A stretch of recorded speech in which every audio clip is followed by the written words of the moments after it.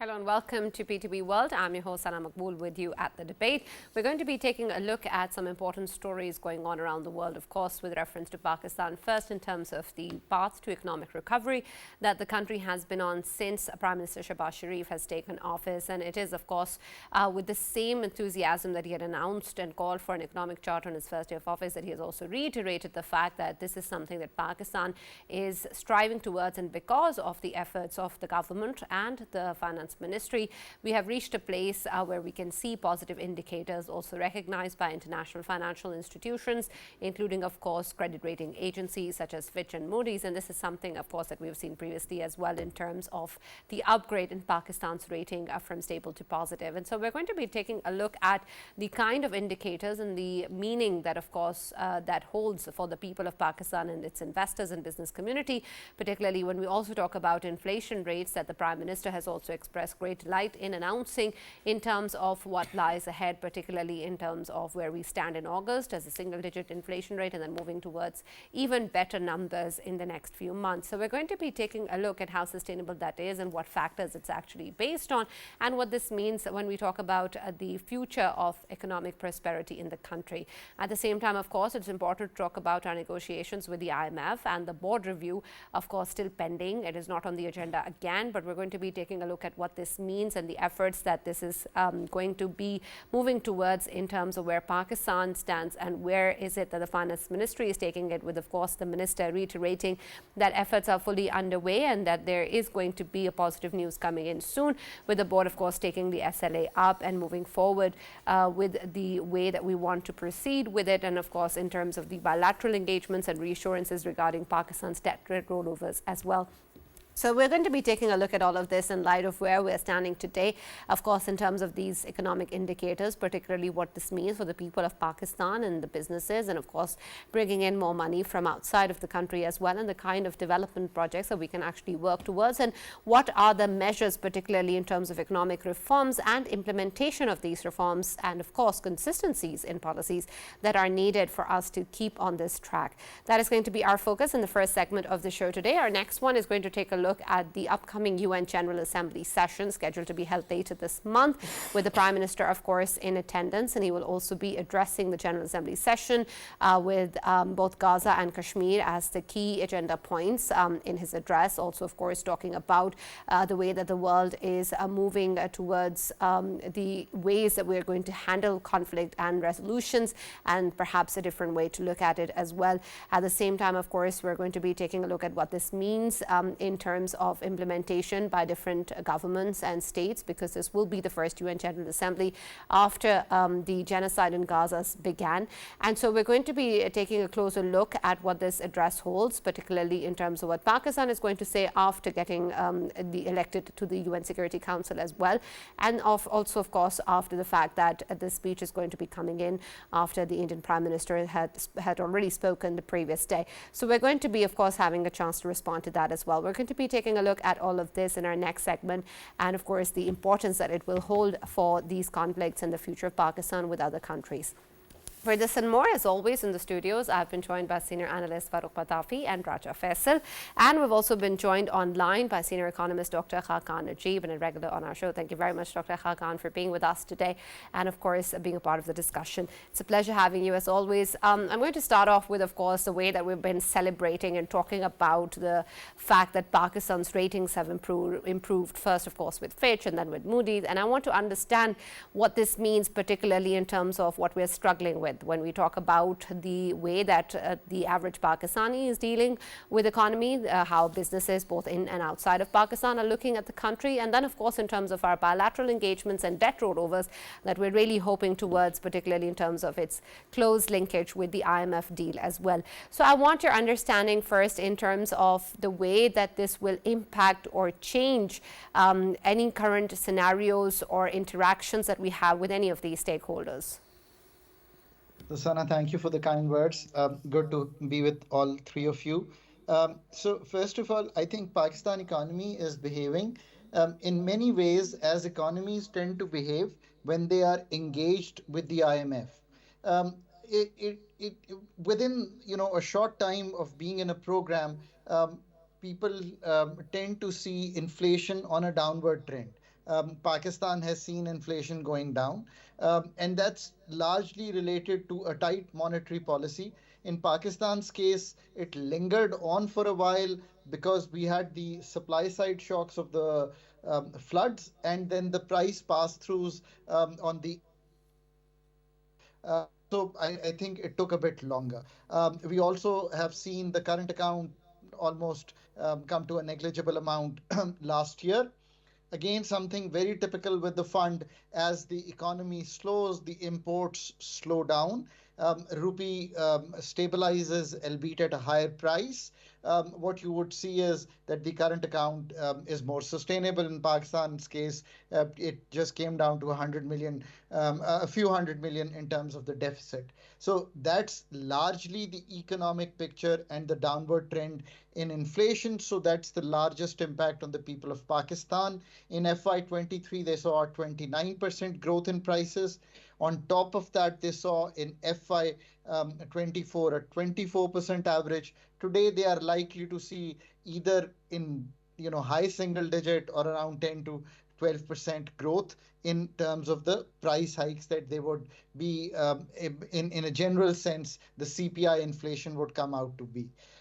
Rupee has stabilized at 280. Reserves are up. It's a consequence of current account coming to just a few $100 million deficit that your reserves are at $9.3 billion. And Sana, so you have a cover of 2 months. So internationally, that signals that Pakistan's default risk has dissipated. Pakistan's reserve buildup is at a place which comfortably covers the external challenges in the next few months. So what you see is an upgrade of one notch each by Fitch and by Moody's. But being in the realm of reality, we are still in the high risk C category. It's not an investment grade category, so that's where we are. But the direction is right. This exactly happened, Sana, in 2014. If you read history of economics just a few years ago, we went into the fund program, reserves buildup happened, current account comes down, inflation went down, and all the agencies started upgrading us. I think we had gone to triple B minus or something by 2015, uh, and that's how it is. So Pitafi Saab and Faisal would bear me out every time I have said being in the fund program would help. You can see very clearly how that has helped, and that's where we exactly stand. That does not at all mean that our fundamental issues have been solved in the energy growth or the revenue architecture. Now, in the short run, I am a little uncomfortable on some aspects. One you have mentioned. When on 12th of July a staff level agreement was reached, the external financing should have been closed, and the board movement should not have been conditional on Pakistan taking further measures that we have now had to take. And one measure I still agree with, okay, the $12 billion rollover. So, Sana, we have $26.2 billion that we have to arrange in the next 12 months. 1st of July 24, 30th of June 25, the fiscal year. Out of that, $12 billion are rollovers. I very easily say that it's a rollover. Actually, it's not a rollover, Sana. We have to return that money. But because it was rolled over last year for 1 year.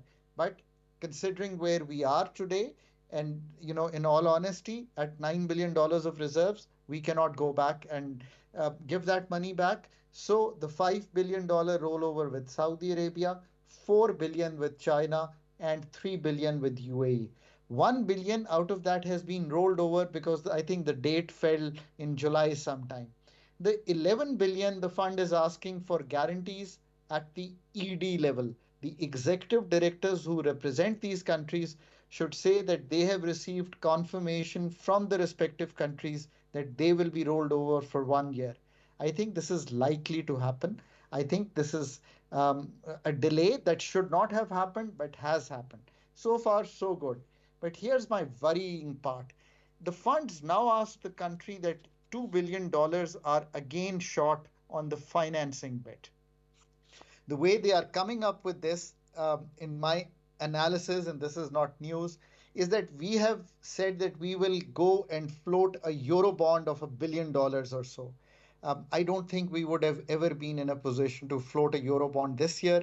If we even did try for a euro bond, the rate would have been considerably uncomfortable, and a political government would find it hard to come back and say that they have floated a bond at 10% or something in dollars, and that would be an unpalatable position. So I think the fund's asking you, go get that money. Back at the door of the Saudis, we've asked them. I think it's either going to be a facility. There was a facility, and actually, I played a big role in establishing this facility.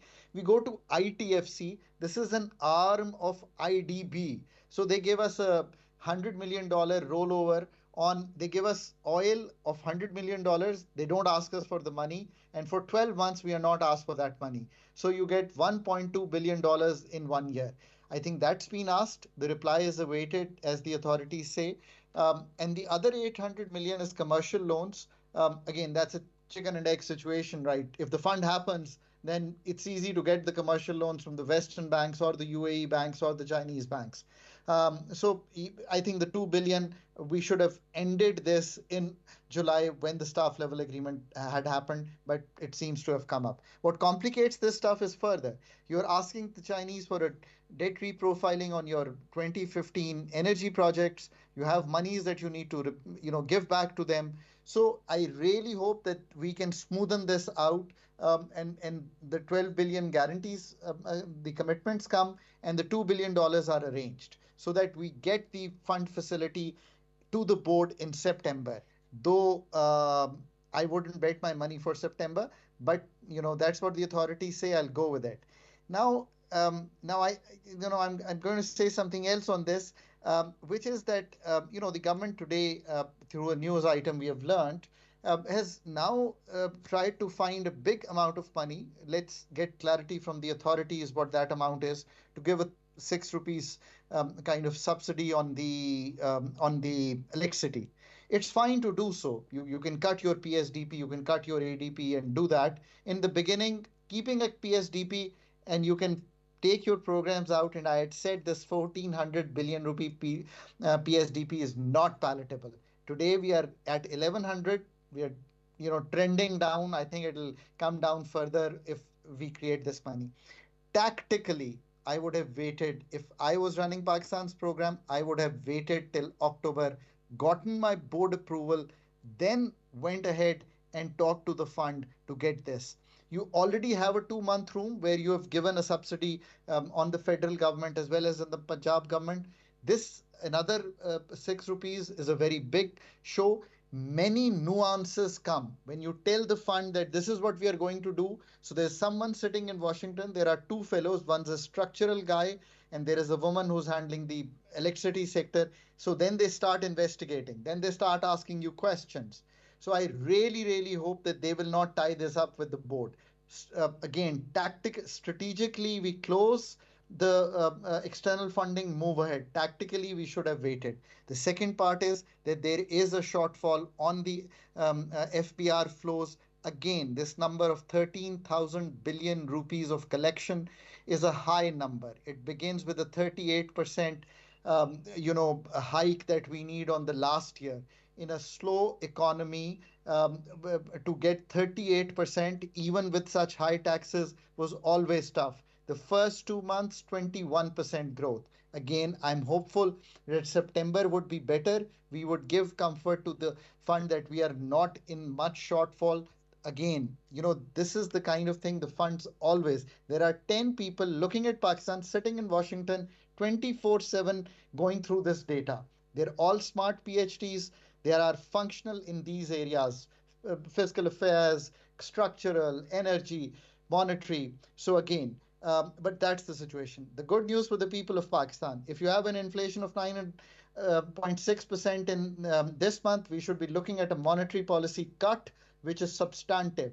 I've always said even the last cut was smaller. Again, because we're doing this within the time of the fund program, not yet confirmed. Maybe it's a smaller than we could wish for, but you'll see a cut. Dr. Saab, I'm glad that you actually brought up the issue of subsidies. What part of delayed gratification do we not understand? Every time we are in such a program, halfway through we start having these jitters, and all of a sudden some populist impulse, forces us to go for such a measure, and then there is consequences. This is one part.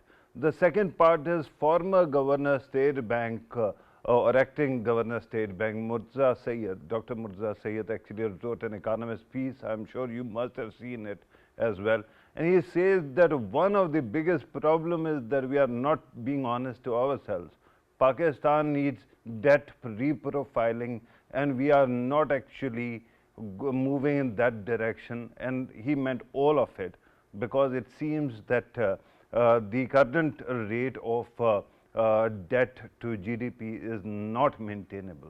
Your take on that, sir? And Dr. Hakan, with your permission, I wanted to add in another question, and it was related to earlier. You have, rightly pointed out that, of course, $11 billion from our friendly countries, rescheduling of that debt is important, and we know that right now, as Moody's and Fitch, both of them, they are showing us from stable to positive. I remember when we actually got this stable position, you were our guest, and now once more we invited you for this positive positioning that we have just achieved, and hopefully very soon we will be achieving extra better than positive.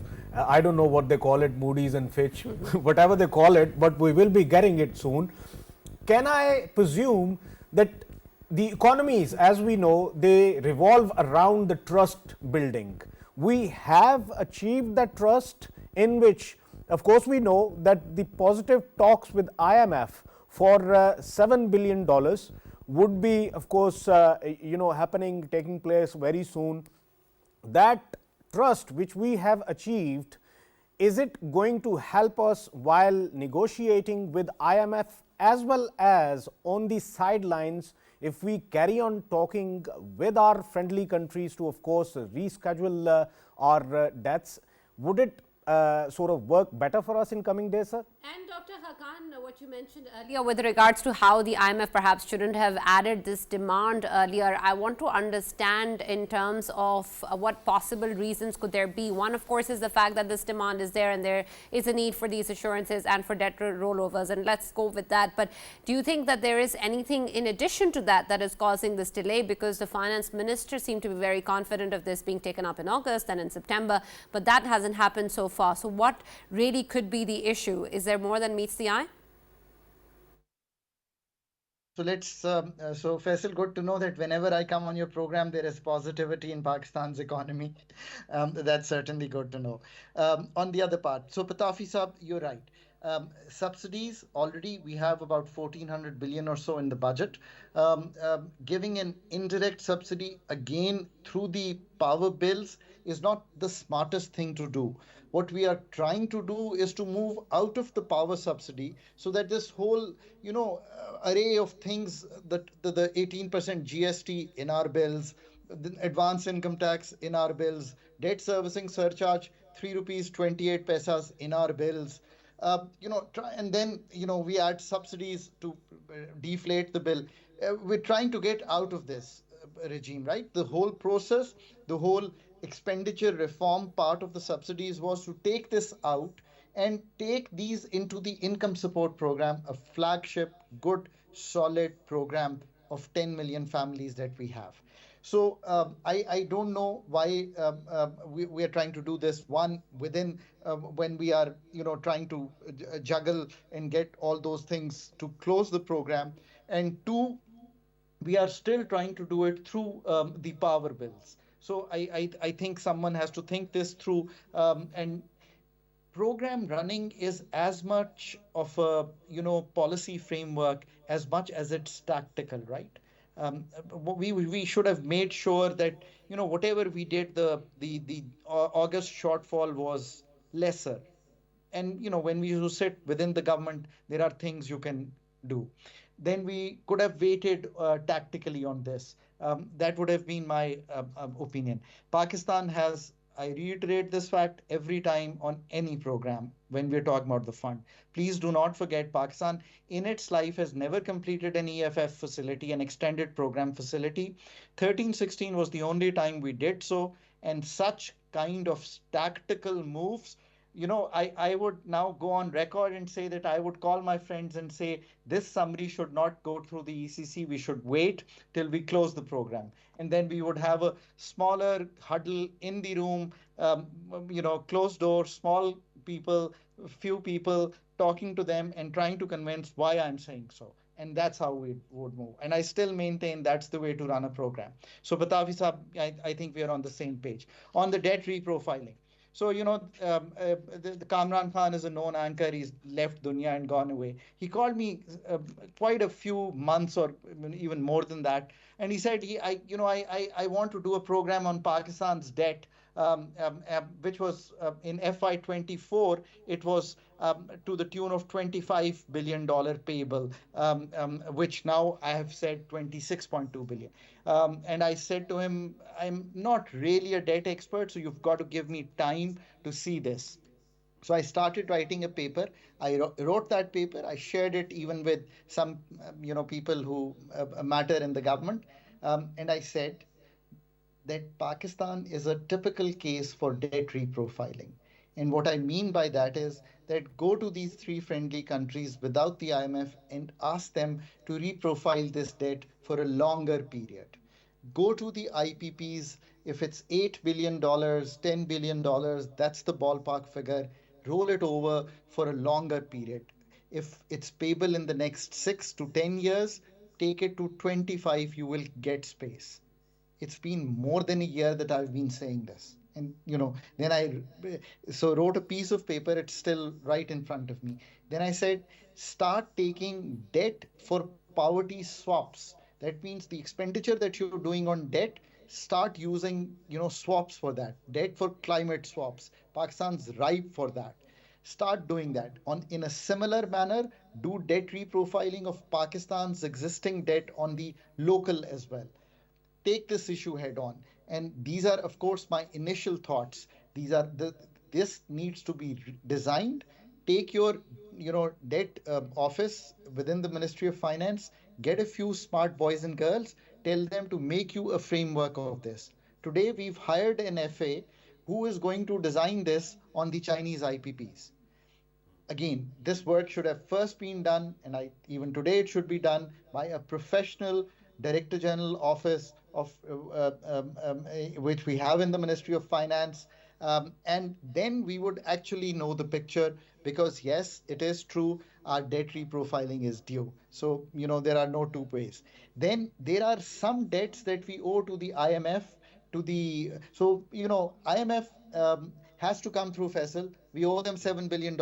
If they don't come through, we won't be able to give them the $7 billion in the next 3-4 years. So it's not a one-way traffic. I'll talk about it in a bit more detail. Besides the 12 billion, what do you have to do? You have to make sure that you have enough projects. Now, this is very, very important. Enough projects in the pipeline that will fetch you multilateral money more than the multilateral money that is going back in FY25. So that's the trick, to pick up more concessional 25-year loan. So make sure you do that. On the commercial side, pick up the minimum. Now we are having to pick up $4-5 billion in commercial loans. That's not a good story. It's a high interest loan. It's for 1 year. It's always payable. So we are again getting into that story there. So yes, this is probably a very rough picture of Pakistan's debt reprofiling. Pakistan's debt, some monies that have to go back, more have to come in. So all this has to be handled. A paper has to be written. This work has to be done. Every IPP is a different IPP. The commitments with them are different. What we do with them, how we do with them, that all picture also has to be created. So yes, Pakistan is a case for debt reprofiling, but people tend to think Pakistan's debt's unsustainable. There I disagree with people. Pakistan's debt is sustainable, but it is only sustainable with the adjustments that we need to do. And very clearly, Pakistan is not a case of debt restructuring. We are not asking anyone for a haircut. We are not asking anyone to take lesser money than we owe them. All we are doing is reprofiling our debt so that our payables take more time to go back. We freeze the interest on some lower rate so that things become easier on us. But to do that, what is must is to show progress on three areas: energy sector reorganization, revenue and expenditure reorganization, growth architecture reorganization. So if we can make this whole case, Pakistan's debt would start looking different in 5 years. So there you're right, Pitafi Saab. Now coming to our trust with the IMF, I think our trust level with the IMF is better, to be honest. Once we completed the 9-month program, Faisal, I think we're doing better. But because I also talk at an international level, I have a wife who works internationally in one of the organizations, so I have access to her most of the time, and we discuss Pakistan's issue all the time. Here's the take. I think the thought process there is that yes, all the time what happens is we move 2 steps forward on the utility stores. We made this big hype, and today on the Ministry of Production website, if you go and read on the Twitter account, it says that we are retrieving from that. So that creates the mistrust where you say you're going to do the traders, you bet with the IMF 50 billion rupees, and now we are saying that maybe the 60,000 rupees on the traders is too high, so maybe we'll redesign. When it went through the authorities, when it went through to the program. So I've given you 2 concrete examples of what trust building means. When I used to commit to the fund something, I used to always say that this is my personal, where we were stuck, I would say it's my personal commitment to you that I will deliver it to you if I'm still working with Pakistan. And we would then deliver. Sana, funds watching a number of things. You are renegotiating with the Chinese. There is a global foreign affairs architecture. Our engagement with CPEC and CPEC 2 now, our engagement that we have to return nearly 450 to 500 billion rupees. So where is that money going to come? There have been pronouncements from the West that that money should not come from there. So Sana, there is always a bit more than, because we are owing monies to different people and we are trying to juggle this by taking someone's money and giving someone back. So of course there is a bit more than the simple fact, and it gets complicated that here reprofiling with the Chinese. So maybe the fund is a bit inclined to say, hey, please get that done on the IPPs. Let's see what happens. You owe them so much money. How are you going to handle? So all these things come into discussion. So yes, it's a very complicated board of chess where every move has to be very, very carefully done. But the August pronouncement, here's my humble take on that. Till a country seals the letter of intent, signs it, sealed, sent, board movement done, papers sent to the board date announced by the IMF. Any country should not pronounce that it's a done deal, because there are many slips between the lip and the cup when such things happen.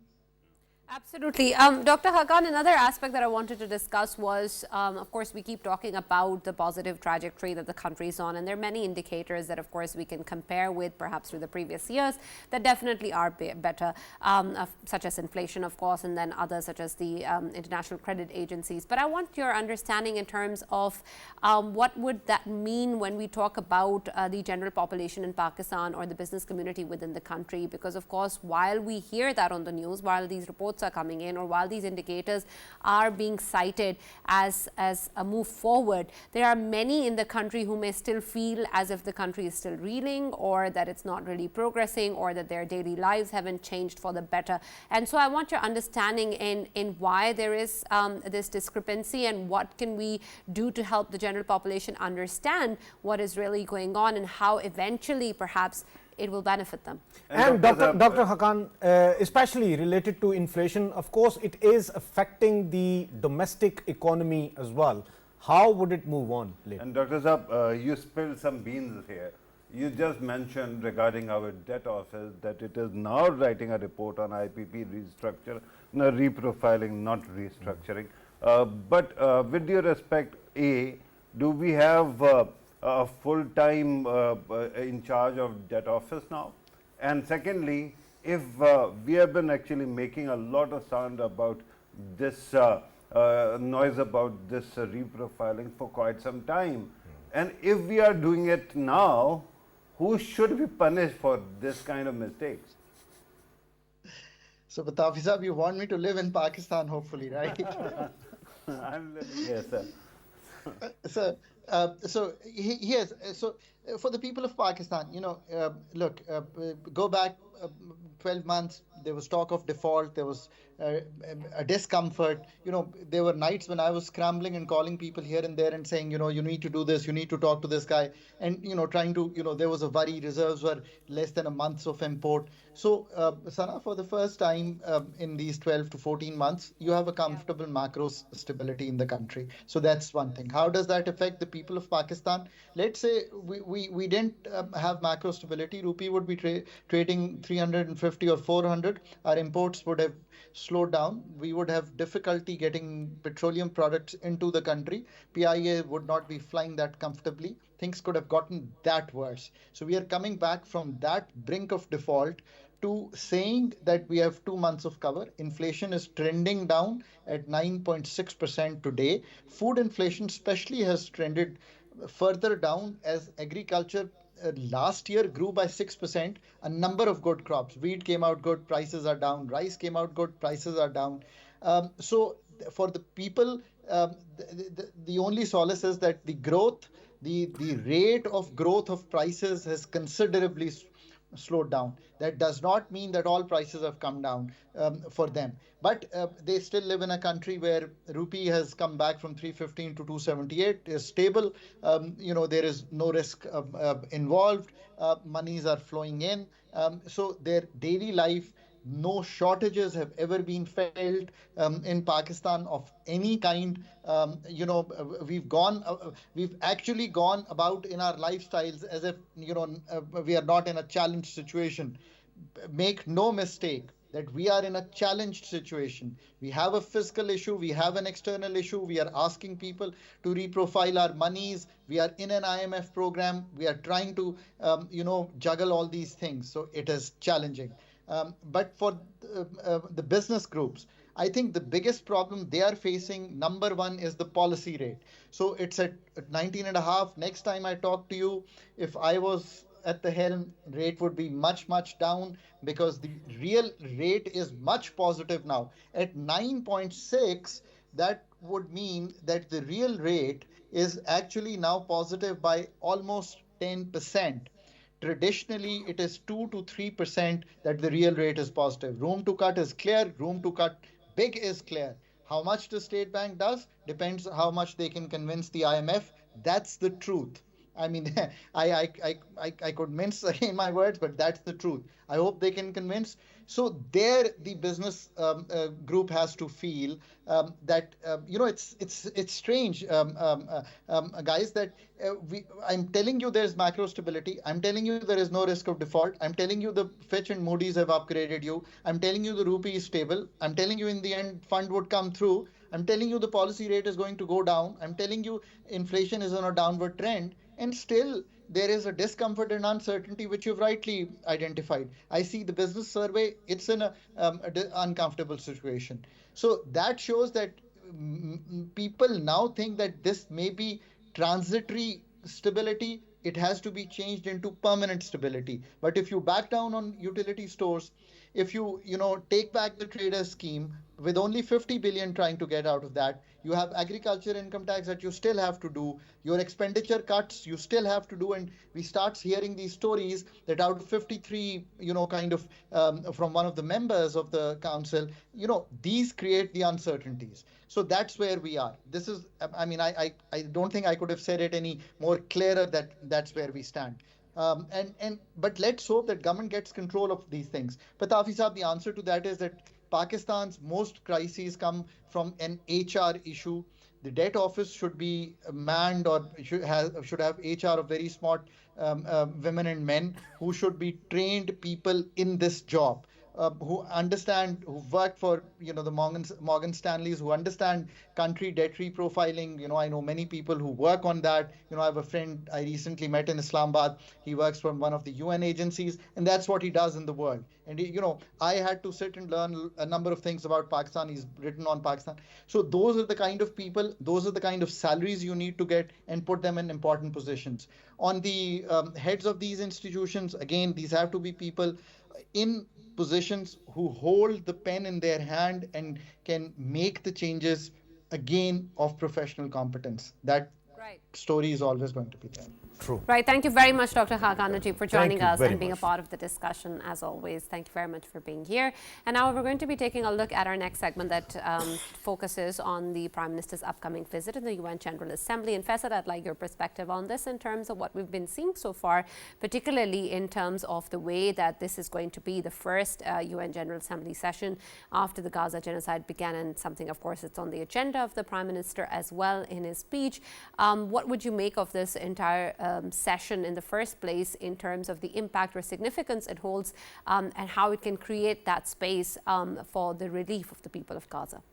Yes, and obviously it is going to be very important, as you have mentioned, that it is the first time UNGA is going to take place after whatever is taking place in the Middle East. And of course, this important visit and speech, upcoming speech of Prime Minister of Pakistan, it is going to be, of course, very important one for two reasons. Because Kashmir as well as Gaza, both of them, they would be highlighted by the Prime Minister.